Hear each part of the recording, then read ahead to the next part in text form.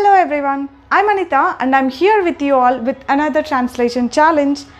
This is going to be our 8th translation challenge, right? And you know what? This entire challenge is all about let. Yeah, నేను ఇప్పుడు మిమ్మల్ని అడగబోయే 25 questions అన్నీ కూడా let తోటే ఉంటాయన్నమాట. So you don't have to think about anything else. Let is a big concept అండి. చాలా concept ఉంటుంది లెట్తో, అంటే చాలా సెంటెన్సెస్ ఉంటాయి మనం నేర్చుకోగలిగినవి. కానీ ఒక్కొక్కసారి ఏంటంటే ప్రతిసారి తెలుగు మీనింగ్ ఎగ్జాక్ట్గా తీసుకోకూడదు అనమాట దాంతో. సో కొన్ని అడ్వాన్స్డ్ సెంటెన్సెస్, కొన్ని బేసిక్ సెంటెన్సెస్, ఇవన్నీ మనం ఈ ఛాలెంజ్లో కవర్ చేద్దాం. Before we get into the challenge, I want you all to remind one thing, to hit the like button. మీరు లైక్ చేయడం మర్చిపోతున్నారు వీడియో చూసిన తర్వాత. I you not learning anything? You are learning something, right? If you want to let me that you are learning something, so you have to hit the like button. And if you really want to say something, just comment and let me know. చూసారా ఇందాక సెంటెన్సెస్లో నేను 2 times let అని use చేశాను. That will let me know. If you hit the like button, that will let me know that you are getting benefited by my videos. If you want to say anything, if you want to tell me anything, let me know in the comment section.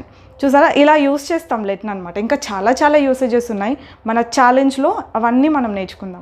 I actually made a video about let long ago. చాలా రోజుల కిందట let గురించి ఒక video చేశాను. మన తెలుగు వాళ్ళందరికీ అర్థమయ్యేలాగా చాలా ఎగ్జాంపుల్స్ రియల్ టైంవి తీసుకొని నేను ఆ వీడియో చేశాను.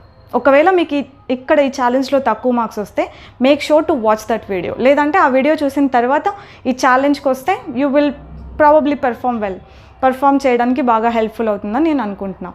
ఆ వీడియో మోస్ట్ వాచ్డ్ వీడియోస్లో అది కూడా ఒకటి అనమాట. So make use of it. Okay మళ్ళీ ఆ వీడియో ఎక్కడుంది నన్ను అడగడం, నేను ఎత్తుక్కోండి అని చెప్పడం, మీరు వెతుక్కోలేక వదిలేయడం, ఇదంతటికంటే సర్లేండి పాపం కదా అని ఆ లింక్ నేను డిస్క్రిప్షన్లో ఇస్తున్నాను, చూసేయండి. సో మన 8th ట్రాన్స్లేషన్ ఛాలెంజ్లో ఫస్ట్ క్వశ్చన్ ఏంటంటే, అతను ఎవరిని ప్రశాంతంగా కూర్చొనివ్వడు. అతను ఎవరిని ప్రశాంతంగా కూర్చొనివ్వడు అని చెప్పాలి.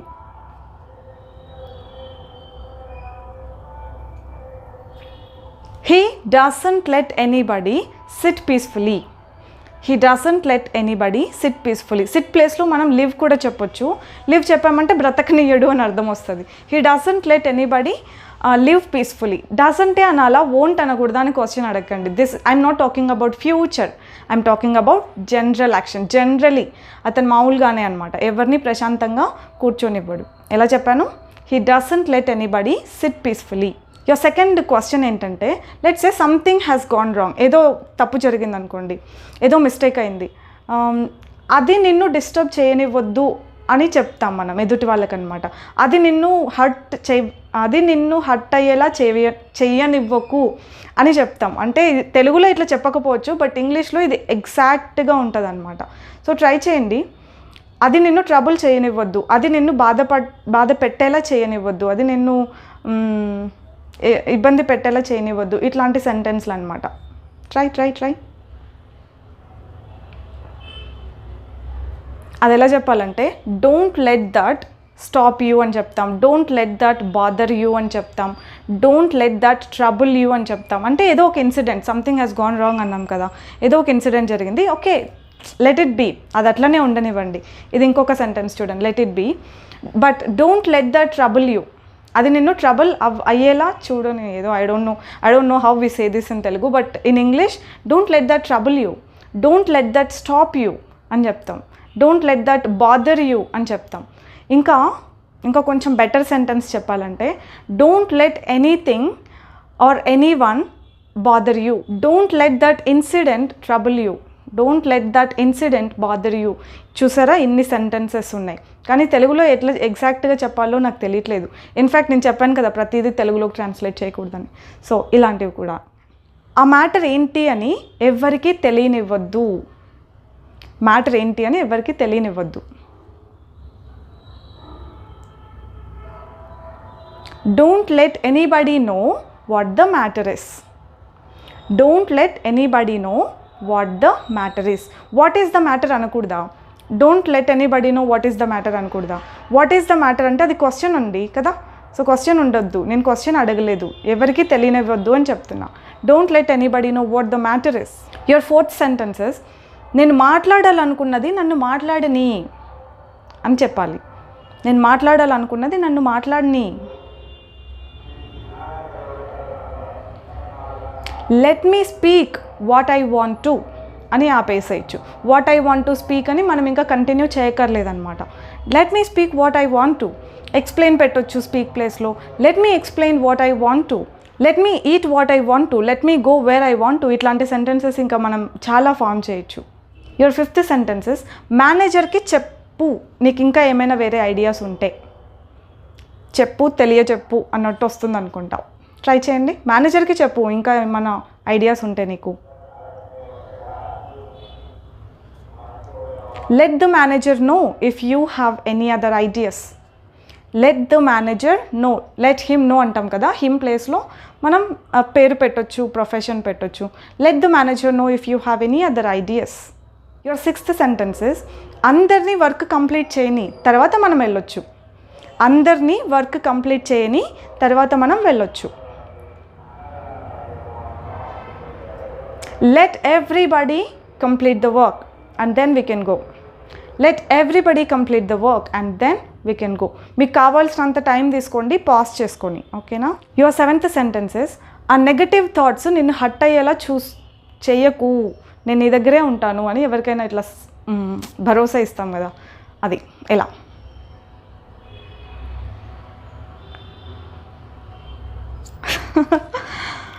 Don't let that negative thoughts hurt you అనాలి. Don't let that negative thoughts hurt you. I'm with you, I'll be with you. ఈ రెండు చెప్పొచ్చు అనమాట. యువర్ 8th సెంటెన్సెస్, నేను ఏం జరిగింది యాక్చువల్గా అని అందరికీ చెప్పాలి, అందరికీ తెలియచెప్పాలి అని మీ సెంటెన్స్. ఏం జరిగింది అని నేను అందరికీ చెప్పాలి.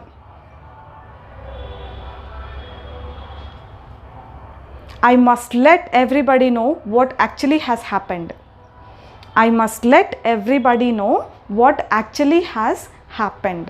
లేదంటే what actually happened అని అన్నా కూడా okay. But I must let everybody know అనేది మాత్రం కంపల్సరీగా ఉండాలి. యువర్ 9th సెంటెన్సెస్, ఆ ఇన్సిడెంట్ నన్ను నిద్రపోనివ్వట్లేదు. ఏదో సంథింగ్ జరిగింది, ఆ ఇన్సిడెంట్ నన్ను నిద్రపోనివ్వట్లేదు. That incident is not letting me sleep.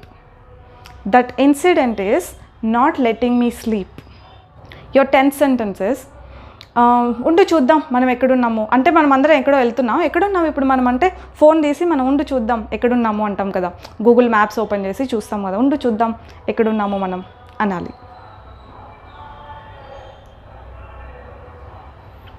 Let me see where we are.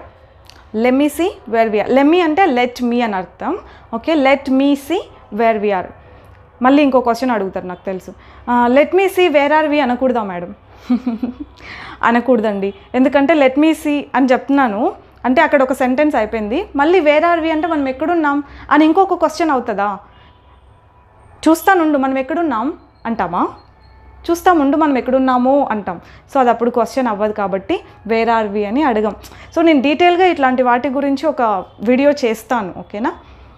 But for now just understand that let me see where we are. ఇందాక నేను let me అనకుండా lemme అన్నాను కదా, so that is how exactly we should pronounce in a natural way అనమాట. Let me అనకుండా lemme, LEMME, lemme. Lemme tell you something, lemme just think for some time, అలా let మీని lemme అంటాం అనమాట. 11th sentence, మనం ఎక్కడైనా రెస్టారెంట్స్కి వెళ్ళినప్పుడు first ఇది ఎలా ఉందో టేస్ట్ చేద్దాం, తర్వాత ఇంకా కావాలంటే మళ్ళీ ఆర్డర్ చేసుకుందాం. అందరు యూజ్ చేసే సెంటెన్సే ఇది. సో ఇది ఎలా ఉందో ఫస్ట్ టేస్ట్ చేద్దాం, బాగుంటే మళ్ళీ ఇంకా ఆర్డర్ చేసుకుందాం అని చెప్పాలి.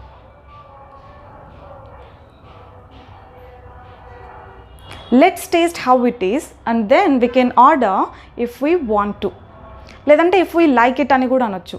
Let's taste how it is and then we can order if we like it, if we want to, ఈ రెండు చెప్పొచ్చు. యువర్ 12th సెంటెన్సెస్, వాళ్ళు మిమ్మల్ని స్విమ్ చేయనిచ్చారా? మేము వెళ్ళినప్పుడు మమ్మల్ని స్విమ్ చేయనివ్వలేదు. ఏదైనా సీ అనుకోండి, సీ దగ్గరికే వెళ్ళరు, వాళ్ళు మిమ్మల్ని స్విమ్ చేయనిచ్చారా? మేము వెళ్ళినప్పుడు స్విమ్ చేయనివ్వలేదు అని చెప్పాలి. Did they let you swim? చేయనిచ్చారా అంటే పాస్ట్ కదా, అందుకే నేను did they let you swim అంటున్నాం. Did they let you swim? When we went they did not let us swim. They did not let us swim when we went, అది అలా కూడా చెప్పొచ్చు పక్కన సెంటెన్స్. ఇదైతే మాత్రం did they let you swim అని అడగాలి. యువర్ 13th సెంటెన్సెస్, ఫస్ట్ అయితే మనం బిజినెస్ స్టార్ట్ చేద్దాం, ఆ తర్వాత చూద్దాం అది ఎలా జరుగుతుందో.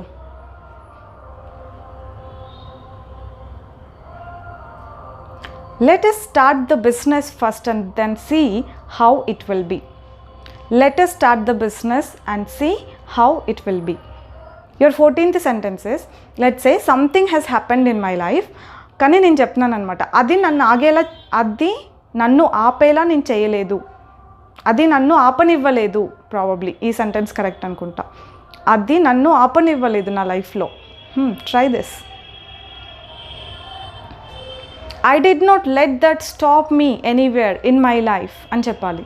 ఏదో ఇన్సిడెంట్ జరిగింది, I did not let that stop me, నన్ను ఆపనివ్వలేదు, నేను దాన్ని okay, I did not let that stop me anywhere in my life. ఇది బాగుంది. యువర్ 15th సెంటెన్సెస్, వాళ్ళు నన్ను ఒక్క రూపాయి కూడా ఖర్చు పెట్టనివ్వలేదు.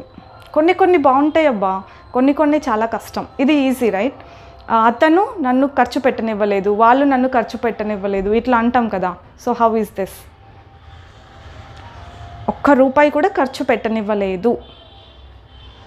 They did not let me spend even a single rupee. They did not let me spend even a single rupee. Your 16th sentences, reports రాని తర్వాత డిసైడ్ అవుదాం ఏం చేయాలి అని. రిపోర్ట్స్ రానివ్వు, తర్వాత డిసైడ్ అవుదాం ఏం చేయాలి అని. Let the reports come and then we will decide what to do.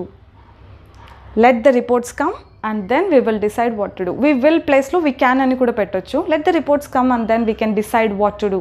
అంటే డిసైడ్ అవ్వగలుగుతాం అప్పుడు, రిపోర్ట్స్ రానివ్వు అని దాని అర్థం అవుతుంది. యువర్ 17th సెంటెన్సెస్, నువ్వు ఒకసారి స్టార్ట్ అయినప్పుడు నాకు చెప్పు. ఎక్కడైనా బయలుదేరుతుంటాం అనుకోండి, మనం అట్లా అంటాం కదా, నువ్వు ఒకసారి స్టార్ట్ అయితే ఇంకా నాకు చెప్పు.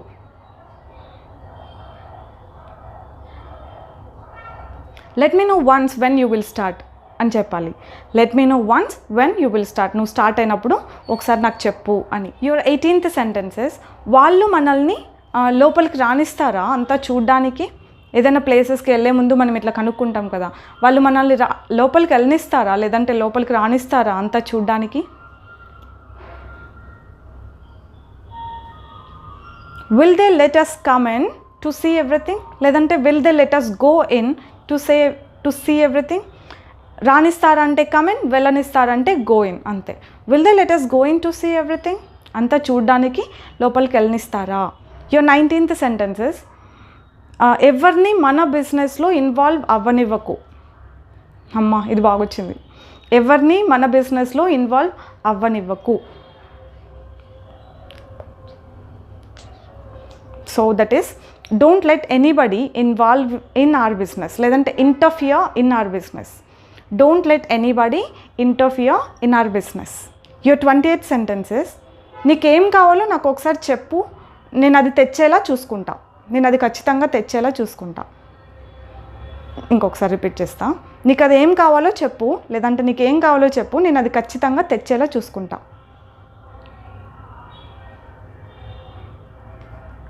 Let me just know what you need. I will make sure to get that for you. Let me just know what you need. I'll make sure to get that for you.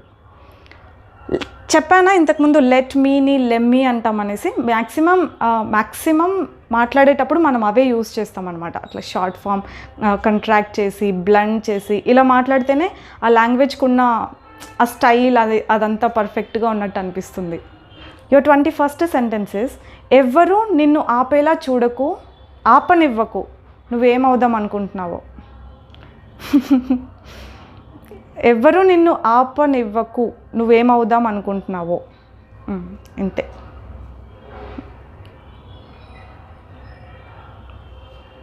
Don't let anybody stop you from what you want to become.